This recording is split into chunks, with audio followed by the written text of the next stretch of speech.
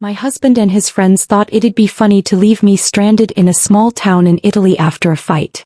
Let's see how she gets back, they laughed, driving off. I didn't return. A month later he tracked me down in Greece. I was already starting over. Let's see how she gets back, Gabriel laughed, his voice cutting through the evening air as he slammed the car door. The taillights of our rental car grew smaller and smaller, disappearing around the bend of the narrow Italian street, leaving nothing but dust and the echo of my husband's friends' laughter. I stood frozen, my mouth still open in mid-sentence. The argument we'd been having outside the small café suddenly rendered meaningless by his unthinkable action. He's coming back, I whispered to myself, drawing curious stares from locals enjoying their evening meals at sidewalk tables. This is just to scare me. But the knot in my stomach tightened as minutes stretched into an hour, the sky darkening over the unfamiliar town whose name I couldn't even pronounce correctly. Before we begin, I want to take a moment to thank each of you for being part of this journey. If you're drawn to stories of women who find strength in unexpected places after betrayal, consider subscribing. It's completely free and helps support more stories of resilience and rebirth.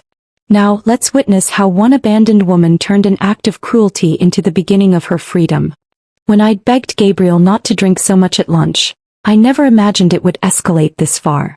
His friends, college buddies celebrating their annual guys' reunion, that I'd been reluctantly invited to join, had egged him on when I suggested we head back to our hotel. She's always controlling you, man, Pete had said, ordering another round. When I stood up to leave, Gabriel had followed me outside, his words slurred but his anger precise. The fight turned ugly fast, with years of resentments bubbling to the surface on both sides. Your purse has your passport, right? He'd sneered before climbing into the driver's seat. Then you'll figure it out. You're so smart, always telling me what to do. Night fell completely as reality sank in. The charming Italian town that had seemed so picturesque by day now felt threatening. I counted my cash, €80 and $37. Not enough for a flight home, barely enough for a night's lodging. My credit cards were in Gabriel's wallet. He'd offered to carry them earlier when my small purse had been too full. I found the cheapest pensione I could, a dingy room above a bakery with a narrow bed and a sink in the corner. The elderly woman who showed me to the room spoke no English but seemed to understand my situation, patting my arm sympathetically. He blocked me, I whispered to myself in disbelief, staring at my phone. 27 calls to Gabriel, all sent straight to voicemail. Text messages delivered but unanswered. I tried Pete, then Marco, then every one of Gabriel's friends who'd been in that car. All blocked. A shudder ran through me as I realized this hadn't been a momentary impulse but a calculated humiliation. Sleep came in broken fragments, interrupted by hopeful checks of my phone and renewed panic. By morning I'd convinced myself this nightmare would end. Gabriel would return, apologetic but ready to blame me for overreacting to his joke. I'd be angry but relieved enough to move forward, to return to our carefully constructed life in Boston, where he was a respected architect and I was his supportive wife who'd set aside her own design career to manage their home and social calendar. But he didn't come. The second day I rationed my remaining money, buying only a panini for lunch while walking the town's perimeter, checking every hotel and restaurant for any sign of our tour group. By evening I realized they'd continued their planned journey, moving on to Florence without me.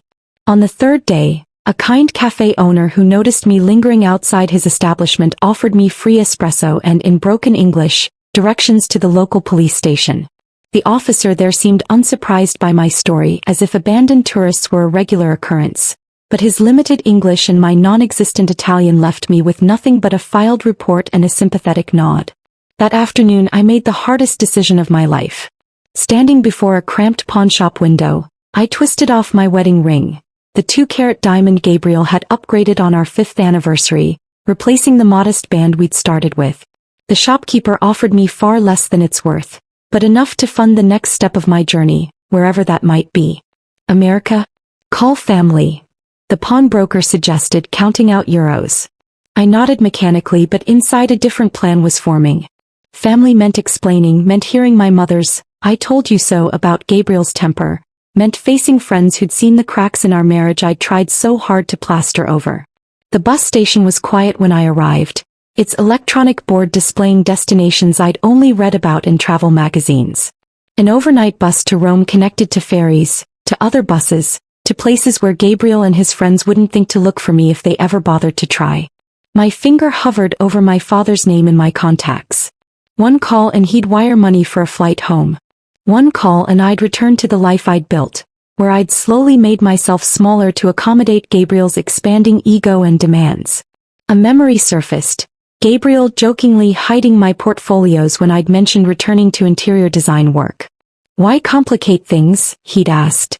"We don't need the money and I need you focused on our life." I'd laughed it off then, but sitting in that grimy station I saw it for what it was. Another fence in the pen he'd built around me. "Where you go?" asked the ticket agent, an older woman with kind eyes who'd been watching me stare at the departure board for nearly 20 minutes. "Greece," I answered, the decision crystallizing as I spoke it. "The furthest coastal village you can get me to." 14 hours later, I stumbled off the final bus in my journey, my body stiff from uncomfortable seats and tension. The smell of salt air and olive groves greeted me as I took in the whitewashed buildings of a village whose name I couldn't pronounce. My phone battery had died somewhere between countries, my stomach was hollow with hunger, and the weight of what I'd done, or what had been done to me, pressed on my shoulders. Exhaustion made the edges of my vision blur as I wandered toward what appeared to be the town center. 3 days of emotional whiplash had left me raw, cycling between rage at Gabriel, fear of my uncertain future, and a strange, unexpected flicker of something that felt dangerously like liberation. My remaining euros would cover perhaps 2 nights in the cheapest room I could find. After that, I had no plan, no friends, no words in the local language beyond please and thank you. But as I watched the sunset paint the Aegean waters gold and pink, a calmness settled over me that I hadn't felt in years. Gabriel had meant to teach me a lesson about dependence. Instead, he'd accidentally set me free. The Greek sun beat down mercilessly as I wandered further from the village. My feet blistered inside impractical sandals meant for sightseeing, not hiking. My water bottle had emptied hours ago, and the combination of dehydration, hunger, and emotional exhaustion made the world tilt around me. Silver-green trees lined the dusty path, their leaves shimmering like coins in the breeze. Olive groves, I realized dimly just before my knees buckled beneath me. The ground rushed up to meet my face, but I barely felt the impact. Darkness edged my vision as a strange calm washed over me. Perhaps this was fitting. Abandoned by my husband in one foreign country only to collapse alone in another. I closed my eyes, giving in to the exhaustion that had been building since Gabriel drove away. "Thiasmou. Kyria." A woman's voice cut through my haze, followed by weathered hands turning me over. An elderly face swam into focus, deep lines etched around kind eyes wide with concern. She spoke rapidly in Greek, patting my cheeks and offering a canteen. The water revived me enough to sit up, though my head still spun violently. She introduced herself as Elena, repeating her name while pointing to herself. I mimicked her gesture weakly. "Alexis." Elena helped me to my feet, her small frame surprisingly strong as she supported my weight. She pointed toward a stone farmhouse nestled among the olive trees and made walking motions with her fingers. I nodded, lacking the strength to resist as she guided me slowly up the hill. The farmhouse kitchen welcomed me with the scent of herbs hanging from wooden beams and something savory bubbling on an ancient stove. Elena settled me at a worn wooden table before calling out to someone. A man's voice responded, and moments later, an elderly gentleman with a sun-darkened face and silver mustache appeared in the doorway, wiping his hands on a cloth. "Nikos," Elena said, pointing to him. Her husband nodded at me cautiously, his eyes questioning but not unwelcoming. Elena poured cool water into a glass and pressed it into my hands, followed by a bowl of simple soup. My stomach growled audibly as the aroma reached my nose, prompting a smile from Elena. That evening passed in a blur of broken communication. I tried to explain my situation through a combination of limited words, hand gestures, and eventually tears. Elena nodded as if she understood completely, though I knew she couldn't possibly grasp the details. Nikos remained quiet but attentive, occasionally asking questions that Elena translated through gestures. They offered me their spare room, a simple space with whitewashed walls and a narrow bed covered by a handmade quilt. Too exhausted to protest, I collapsed into much-needed sleep. Morning arrived with roosters crowing and the aroma of fresh bread. I found clean clothes folded at the foot of my bed, A simple cotton dress and cardigan that looked decades old but freshly laundered. They hung loosely on my frame but offered a welcome change from my travel-worn outfit. In the kitchen, Elena beamed at my appearance, immediately serving strong coffee and fresh bread with olive oil and honey. With daylight clearing my mind, embarrassment crept in. These strangers had taken me in without question, fed me, clothed me. I needed to explain myself, to offer payment, to move on. Through broken English and the translation app on my phone, now charged thanks to an adapter Nikos had produced, I attempted to convey my gratitude and intention to return to the village. Elena's face fell immediately. She shook her head vigorously, pointing outside where rain now pattered against the windows, then to my still blistered feet. "Stay," she insisted, one of the few English words she knew. "Rest." Over the next 3 days I made several attempts to leave, each met with gentle resistance.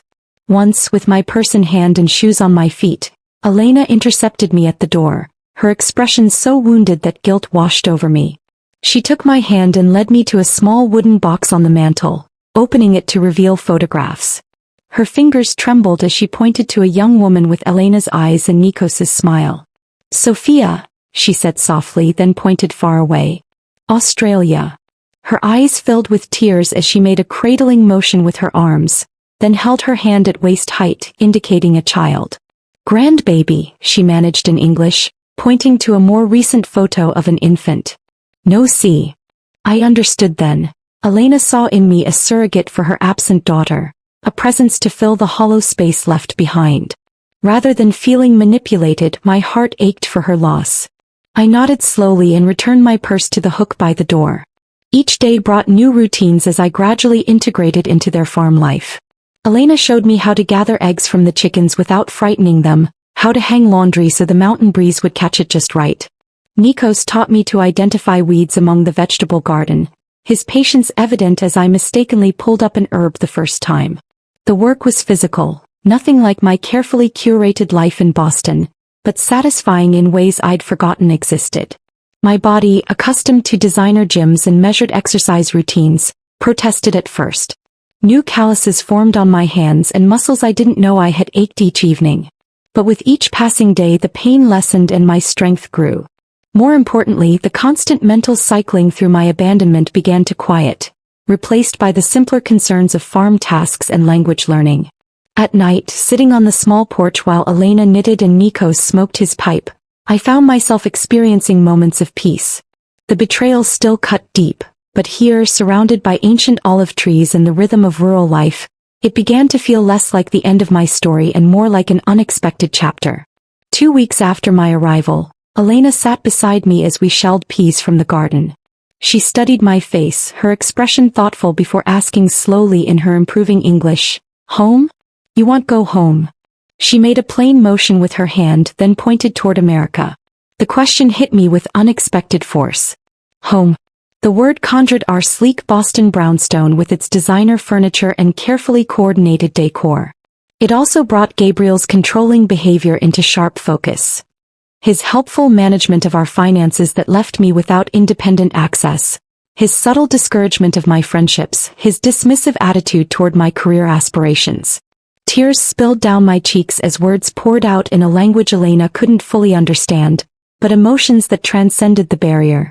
I told her about Gabriel's betrayal, about years of slowly surrendering pieces of myself to keep peace, about the humiliation of being abandoned like unwanted baggage in a foreign country. Elena's weathered hand covered mine as I spoke. When I finished, she pointed to her heart, then to the farm around us and finally to me. The message was clear. I had a place here if I wanted it.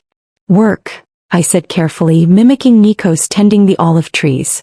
"I stay, I work." Elena's smile bloomed like the sunrise over the Aegean. She nodded, squeezing my hand before returning to the peas as if we'd just agreed to something as simple as tomorrow's menu rather than a complete redirection of my life. My decision to stay marked the beginning of my education in olive farming. The very next morning, Elena shook me awake while stars still dotted the sky, handing me work clothes and sturdy boots that had belonged to Sophia. Half asleep, I followed her and Nikos to the grove where the first hint of dawn barely illuminated the ancient trees. "Elis," Elena said, pointing to the fruit-laden branches. She demonstrated the proper technique. gently combing the branches with wooden rakes to release the olives onto nets spread below. My first attempt sent twigs and leaves showering down along with precious few olives, earning me a patient correction from Nikos. By mid-morning, the sun blazing overhead, my shoulders burned with exertion, and my city-soft hands had developed their first blisters. "Boston lady hands," Elena teased gently, examining my palms at lunch break. She disappeared into the house, returning with a homemade salve that smelled of herbs and beeswax. The cooling relief was immediate as she spread it across my raw skin. "Tomorrow better," she promised, and surprisingly she was right. Each day brought improvement.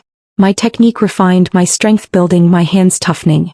Within weeks, I could work alongside them for hours without complaint, taking pride in the growing piles of harvested fruit. The sorting process proved even more demanding than the harvest. Seated at a long table under the shade of a pergola, we meticulously separated the olives by quality. The perfect ones destined for the premium oil, slightly blemished for second grade, damaged ones for soap making. Elena watched me with hawk eyes at first, correcting my mistakes with gentle nudges. Gradually, her corrections became less frequent as my eye developed for the subtle distinctions. "You learn fast," Nikos commented one evening, his broken English improving alongside my rudimentary Greek. It was the highest compliment he'd paid me, and warmth spread through my chest at his approval. My education extended beyond the groves into Elena's kitchen, a place that initially intimidated me with its lack of modern conveniences. In Boston, I'd considered myself a decent cook, capable of following recipes from gourmet magazines for dinner parties that impressed Gabriel's colleagues. But Elena's cooking involved no measuring cups or precise temperatures, just generations of knowledge passed through hands and observation. "Watch," she'd say, kneading dough for bread with practiced motions. I'd mimic her movements, failing spectacularly at first. My initial loaves emerged from the outdoor stone oven misshapen and either underbaked or burnt beyond recognition. "Practice," Elena encouraged, breaking apart even my worst attempts to taste them. "All learning is waste." Her acceptance of imperfection struck me as revolutionary.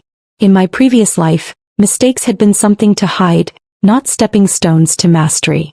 The simplicity of their meals revealed how processed my American diet had been.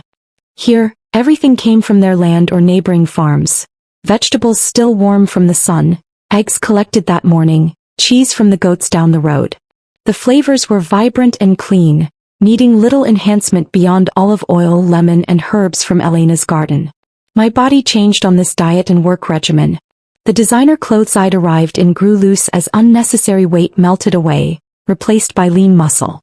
My complexion, once maintained through expensive creams, glowed from simple olive oil soap and honest sweat. When I caught sight of myself in the small mirror above the bathroom sink, a stranger looked back, tanned, stronger, somehow more substantial despite weighing less.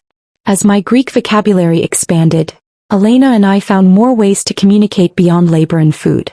During evening breaks, she brought out her photo albums, pointing to black and white images of her youth in the village. I was startled to discover she'd once been a schoolteacher before returning to her family's olive business after marriage.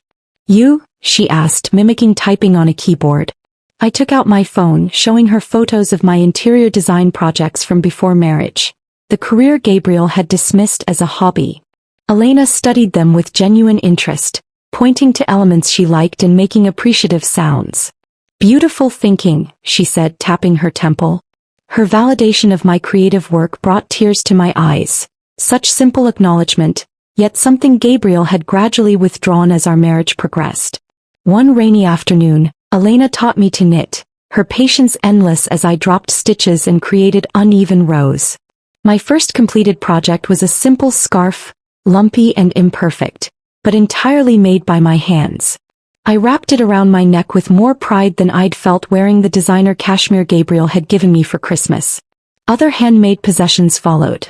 A clay mug formed under Nikos's guidance, a woven basket I learned to make from a neighbor. Each item represented hours of learning and connection, carrying stories that no purchased luxury ever could. My collection grew as my attachment to material perfection diminished. After 3 months of working without compensation beyond room and board, Elena approached me one morning with Nikos at her side. They led me to the small building where they pressed and bottled their olive oil, showing me the modest inventory they'd produced from our harvest. "Market day," Elena announced, pointing to the calendar. "You come." The village market bustled with activity. Farmers and artisans displaying their goods while locals and the occasional tourist browsed among the stalls. Elena and Nikos set up their simple table, arranging bottles of golden green oil alongside olive soap and jars of preserved olives. To my surprise, they positioned me at the front of the table, encouraging me to speak with customers. My broken Greek and their limited English created moments of confusion and laughter, but sales steadily accumulated throughout the day. As the market closed, Elena handed me an envelope containing euros. "Your part," she said simply. "Fair work, fair pay." I stared at the modest sum, perhaps enough for a single meal at the restaurants Gabriel and I had frequented. Yet this money represented something I hadn't possessed in years. Independence earned through my own labor. No strings attached, no subtle expectations of gratitude or compliance. Just fair compensation for honest work. That night, I placed the envelope under my pillow, occasionally reaching to touch it as if to confirm its reality. In our decade of marriage, Gabriel had gradually taken control of our finances, to simplify things, leaving me with credit cards linked to accounts he monitored. This small stack of euros represented the first step toward rebuilding a life that belonged fully to me. As I drifted toward sleep, I realized I hadn't thought about Gabriel at all during market day, my mind too occupied with Greek phrases for transactions and pride in our products. The space he'd occupied in my thoughts had shrunk, replaced by olive groves, kitchen lessons, and the growing certainty that I was capable of far more than he had ever allowed me to believe. The following week, Elena and Nikos invited me to join them for dinner at the taverna in the village square, a first since my arrival. Dressed in a borrowed blouse from Elena, I felt a nervous flutter as we entered the bustling establishment. The owner, Stavros, greeted the couple with enthusiastic embraces before turning curious eyes to me. "Our American," Elena said proudly in Greek, a phrase I'd learned to recognize. Stavros smiled warmly, ushering us to what was clearly their regular table. Over plates of grilled fish and village wine, Nikos cleared his throat and spoke in careful English. "Alexis, we want talk business with you." His seriousness caught me off guard. Had I made some mistake? Was it time for me to move on?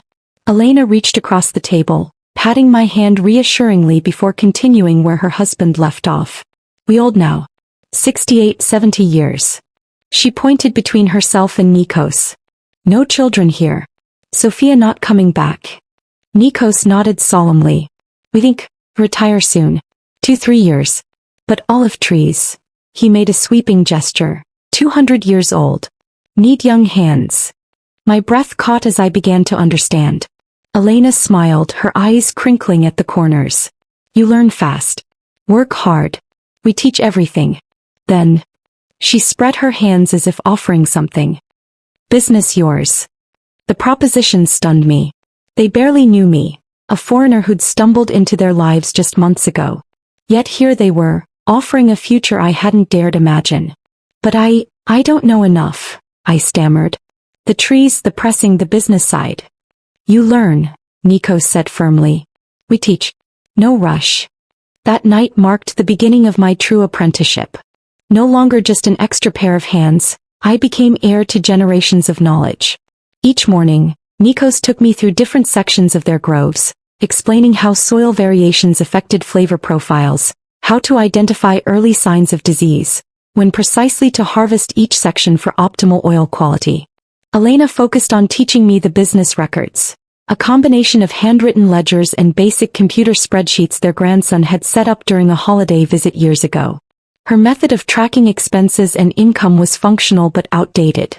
Seeing an opportunity to contribute beyond physical labor, I spent evenings updating their systems, creating digital records that made inventory and sales tracking simpler. "Look," I showed Elena one night, demonstrating how to filter the spreadsheet to show which oil varieties sold best at which markets. Her eyes widened as patterns emerged from the numbers. "Smart," she nodded approvingly. "Boston lady brain good for business." With their blessing, I began implementing small marketing improvements. Our hand-labeled bottles received updated tags with information about flavor profiles and food pairings, knowledge I'd gleaned from countless cooking lessons with Elena. I created a simple brochure about their traditional methods, answering the questions tourists frequently asked at our market stand. My improving Greek helped forge connections beyond Elena and Nikos's immediate circle.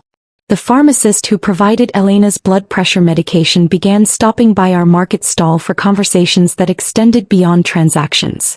The baker's wife invited me to join her weekly coffee gathering with other village women, an intimidating but invaluable immersion in local language and customs. Stavros from the taverna became an unexpected ally when he began featuring our premium oil as a table offering, placing small carafes with our new labels prominently on each table. "Good for you, good for me," he explained with a wink when I thanked him. Word spread, and soon 2 other restaurants in neighboring towns contacted us about supplying their establishments. 6 months into my new life, I attended the baptism of the butcher's granddaughter, my first formal village celebration.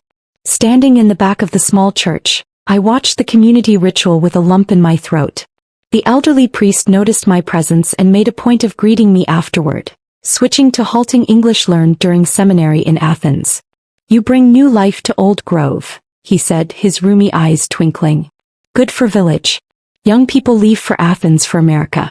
Village needs new blood." His acceptance seemed to remove the last barrier.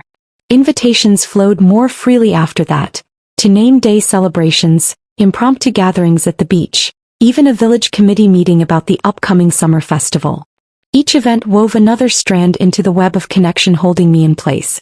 Yana, the weaver whose stall stood beside ours at the weekly market, became a particular friend. 40-something and widowed young, she possessed a sharp wit and pragmatic outlook that reminded me of my college roommate. Our conversations, conducted in my improving Greek and her excellent English, ranged from business strategies to village gossip to more personal reflections. "You never speak of America," she observed one quiet afternoon as we packed up our unsold goods. "Family there? Friends?" The question pierced me unexpectedly. I'd grown so focused on building my new life that I'd pushed thoughts of my old one aside. "My parents died years ago. A few friends, but..." I trailed off, realizing how Gabriel had gradually isolated me from my support network, always finding reasons why my college friends were problematic, or work colleagues using me. Yana nodded knowingly. "The husband who left you in Italy. You never say his name." "Gabriel," I said, the syllables feeling foreign on my tongue after months of silence. "His name is Gabriel. And he never searched for you?" Her directness was refreshing after months of Elena and Nikos's gentle avoidance of the topic. "I don't know," I admitted. "I haven't checked my phone." I gestured vaguely. I'd powered it on occasionally to take photos but had abandoned my American email and social accounts, unwilling to confront whatever might be waiting there. Yana's raised eyebrow challenged me. "Perhaps time to look. Not for him, for you. To close the door properly." Her words stayed with me. That evening, after helping Elena prepare dinner, I retreated to my room and powered up my old phone, connecting to the farmhouse's basic Wi-Fi. With trembling fingers, I logged into my long-neglected email account. Hundreds of unread messages filled the screen. Scanning the senders, I spotted several from old friends, their subject lines evolving from casual check-ins to concerned inquiries. A surge of shame washed over me. I'd disappeared from their lives without explanation, just as thoroughly as I'd vanished from Gabriel's. A thread from my former design mentor caught my eye. Job opportunity followed by increasingly urgent follow-ups. Opening it revealed she'd recommended me for a remote consulting position with a sustainable building materials company. The final email, dated just 2 weeks earlier, indicated the position was still open if I was interested. Before I could consider this unexpected bridge to my former life, another email sender froze my fingers on the screen. Gabriel Davis with the subject line, "I know where you are." The timestamp showed it had arrived just hours earlier. Heart pounding, I clicked it open.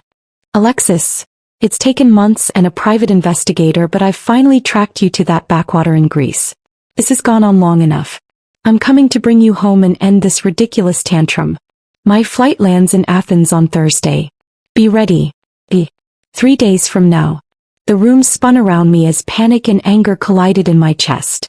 How dare he?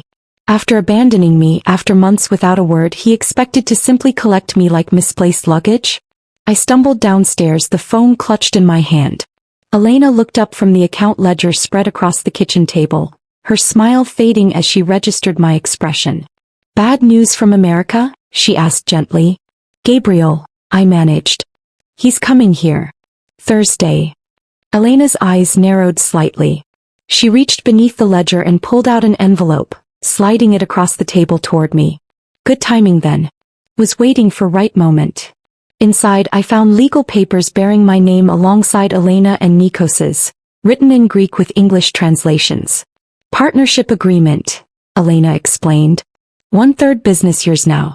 Not future, now. Tears blurred my vision as I stared at the document, understanding its significance. Not just employment or apprenticeship but legitimate partnership. Not just a place to stay but a foundation to build upon. Not charity but earned recognition. You choose what happens Thursday, Elena said firmly, tapping the papers. You have home here. Business here. Friends here. She pointed to the phone in my hand. That man, he no longer decides. The truth of her words settled over me like a mantle of certainty. For the first time since being abandoned in that Italian town, I felt not just surviving but anchored. Gabriel was coming, but he would find a very different woman than the one he'd left behind. The following days passed in a blur of preparation. Not the kind Gabriel would expect. No packing of bags or tearful goodbyes, but emotional fortification. I visited Katerina, the village's only lawyer, who helped me draft divorce papers in both Greek and English. I contacted my old design mentor, tentatively accepting the remote consulting opportunity. I even wrote emails to friends I'd left behind, offering brief explanations without apologies. Thursday arrived with a perfect Greek summer sky, cloudless and bright. I was in the processing shed testing olive oil samples with Nikos, when the unfamiliar sound of a rental car engine broke the afternoon quiet. Elena appeared at the doorway, her expression a mixture of concern and resolve. He is here, she said simply. Heart hammering, I wiped my hands on my work apron and stepped outside. Gabriel stood beside a sleek silver sedan, designer sunglasses perched on his perfectly coiffed hair, examining the humble farmhouse with visible distaste. He wore the casual but expensive travel outfit I recognized from countless business trips. Tailored chinos and a button-down that probably cost more than a week's profit from our olive oil. He didn't notice me at first, giving me precious seconds to steady myself. This man who had once been the center of my universe now looked somehow smaller, less substantial against the backdrop of ancient olive trees and weathered stone buildings that had become my home. Gabriel, I called, my voice calmer than expected. He turned, and the shock that registered on his face was almost comical. His eyes traveled from my work boots to my sun-browned arms, lingering on my unstyled hair pulled back in a simple kerchief. I watched recognition battle with disbelief across his features. My God, Alexis, what happened to you? The familiar disapproving tone that once would have sent me scrambling to fix whatever he found lacking now merely washed over me like a wave against rock. Life happened, I replied, taking measured steps toward him. What are you doing here, Gabriel? He removed his sunglasses, his practiced charm sliding into place as he extended his arms. I've come to take you home, of course. This has gone on long enough, don't you think? Whatever point you were trying to make. This isn't about making a point, I interrupted, stopping well outside his reach. This is about making a life. His smile faltered. Behind me, I heard the quiet shuffling of Elena and Nikos emerging from the house. Though they couldn't understand our words, they positioned themselves within view, silent guardians ready to intervene if needed. Gabriel noticed them, his expression hardening. Are these the people you've been staying with? Have they been holding you here? Because if so, they've been teaching me, I cut in. About olive farming. About community. About kindness without conditions. I gestured toward the groves surrounding us. I'm part owner now. I have a business here. Disbelief crossed his face, followed quickly by the condescension I knew all too well. A business? Alexis, be serious. You're a designer, not a farmer. This is, what, some eat pray love phase after our fight? I admit I shouldn't have left you in Italy. It was a stupid, drunken mistake. I've apologized. Now it's time to come home. You've apologized? I echoed. When? In what universe does tracking me down and demanding I return count as an apology? His jaw tightened, the charm evaporating. Fine. I'm sorry I left you in Italy. It was immature and wrong. Is that what you want to hear? Can we move past this now?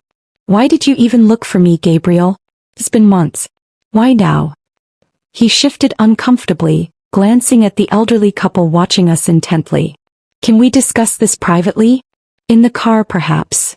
They don't speak English and I have nothing to hide from them. Why now? His shoulders slumped slightly. Your parents have been calling. Friends asking questions at events. Clients wondering why you're not at the house when they visit. It looks. He trailed off. Bad for your image, I finished for him. It damaged your reputation. Our reputation, he corrected sharply. Our life together. The one we built over 10 years of marriage. The one you built, I countered. The one where I gradually became nothing more than an accessory to your success. Tell me, Gabriel, did you even notice how unhappy I was before Italy? Did you care? His expression darkened. We had a good life, Alexis. A beautiful home, financial security, respect in the community. What more could you possibly want? Purpose. Connection. Agency over my own choices. I gestured to the small stone house behind me. I found all three here in a place you'd dismiss as primitive and backward. This isn't you, he insisted, desperation edging into his voice. The Alexis I know wouldn't choose manual labor and poverty over comfort and position. I smiled, recognizing the fundamental truth in his statement. You're right. The Alexis you knew wouldn't have. But that woman died in Italy when her husband abandoned her as a joke. The woman standing before you made different choices.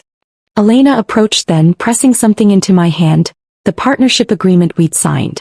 Though she couldn't follow our words, she'd sensed the moment had come. I unfolded the document and held it toward Gabriel. I have legal ties here now.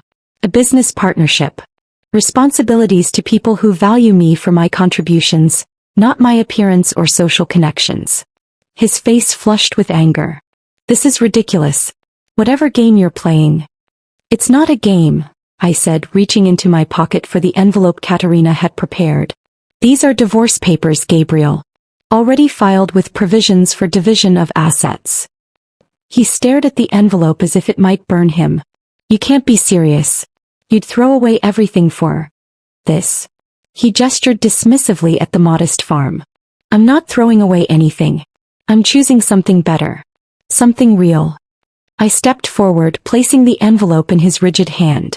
You left me, Gabriel. You drove away laughing. You just never expected I'd find my way without you. His fingers closed reflexively around the papers, his expression cycling through shock, anger, and finally wounded pride.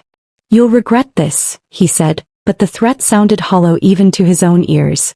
When the novelty wears off and you're still hauling olives in the hot sun at 60, you'll remember what you gave up. Maybe, I conceded. But I'd rather risk regret from choices I made than live with the certainty of regret from choices made for me. Nikos stepped forward then, placing a weathered hand on my shoulder. Though he couldn't understand our exchange, he recognized the conclusion in our body language. He said something in Greek to Gabriel, his tone firm but not unkind. What did he say? Gabriel asked, his voice smaller now.